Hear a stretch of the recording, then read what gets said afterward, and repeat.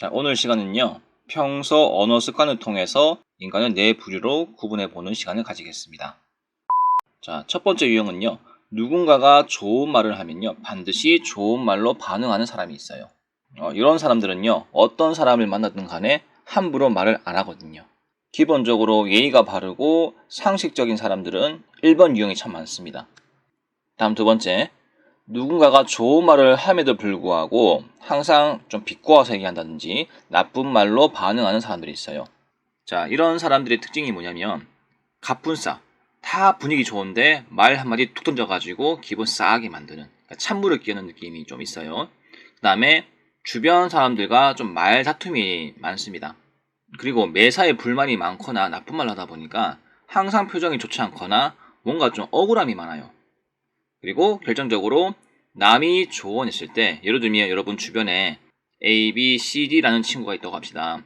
다 하나같이 공통적으로 나한테 네 말투 좀 고쳐라, 말 너무 세다, 단어가 너무 거칠다, 너 자꾸 남들이 얘기하는데 말 중간 톡 자르고 네 할 말 하지 마라, 뭐 이런 식으로 공통적으로 나한테 뭔가 조언을 했다고 합시다. 그러면요, 좀 불편하겠지만 정상적인 사람들은 그 의미를 받아들이고 고치려고 애쓰거든요. 하지만 이런 유형은 절대로 이 말을 듣지 않습니다. 듣는 척 할지는 모르겠지만 다시 원상복구 되거든요. 자, 이런 2번 유형을 듣고 나서 조금 뜨끔하시는 분 있죠. 요분들 괜찮습니다. 뜨끔했다는 것은 양심이 있다는 뜻이거든요. 다음부터 말을 좀 더 이쁘게 하시면 돼요. 됐죠? 자, 다음 세 번째가 있습니다. 누군가가 나쁜 말을 하면요, 반드시 나쁜 말로 반응해주는 사람이 있어요. 사실 이건 상식적인 반응이거든요. 누군가가 나한테 자꾸 나쁜 말을 합니다. 그럼 누가 기분 좋겠습니까? 참는 것보다 확실히 그 사람한테 똑같이 돌려주는 게 보통 사람들의 상식적인 방법이죠. 그죠? 이에는 이, 눈에는 눈. 정당 방위이기도 합니다. 제가 나쁘게 대하는데 내가 가만히 있을 수 있냐. 맞죠? 자, 이 사람들은 장점은요, 옳고 그름이 굉장히 확실합니다.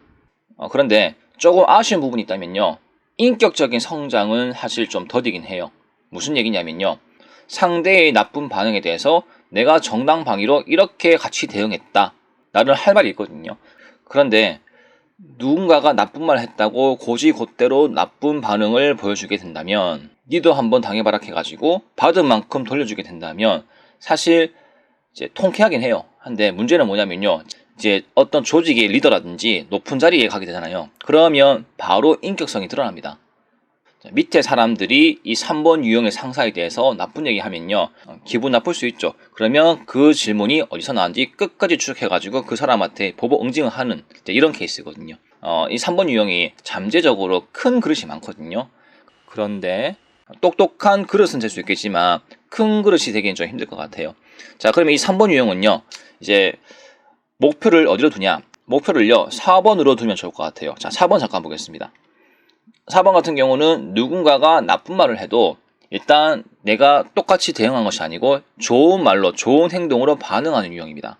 사실 살다 보면요, 나에 대한 안 좋은 얘기들을 누군가가 꺼내지 않습니까? 또는 나쁜 말을 하지 않습니까? 그러면 그 상황에 대해서 똑같이 하기보다는, 근데 내가 그 얘기 들으니까 조금 슬프다, 내가 마음이 아프다, 조금만 말을 이쁘게 해주면 안 되겠니?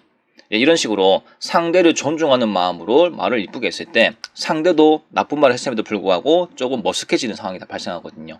나쁜 말을 들었음에도 나에 대해서 좋게 또는 말을 돌려서 해주는 사람한테 함부로 하려고 하지 않습니다. 자, 혹시나 여러분 주변에 이런 사람이 있다고 한다면요, 여러분은 같은 나이임에도 불구하고 그 친구를 조금 멘토로 두면 좋을 것 같아요. 그리고 여러분보다 나이가 많은 사람이 4번 유형이다, 스승으로 모셔도 괜찮습니다. 롤 모델로 삼아도 괜찮고요. 그리고 이 4번 유형 같은 경우는 안티가 별로 없거든요. 왜냐면 어떤 사람을 대하든 간에 말을 함부로 하지 않으니까. 그리고 그 사람한테 인격적으로 되게 성숙해지잖아. 그러다 보니까 인격뿐만 아니고 여러 가지 면에서 되게 배울 점이 많아요. 자, 그렇다면 선생님은 어떤 케이스일까요? 선생님 같은 경우는 저는 개인적으로 제가 4번이라고 생각했었거든요. 누군가가 나쁜 말을 해도 저는 최대한 좋게 말하려고 애쓰는 사람이라고 생각했습니다.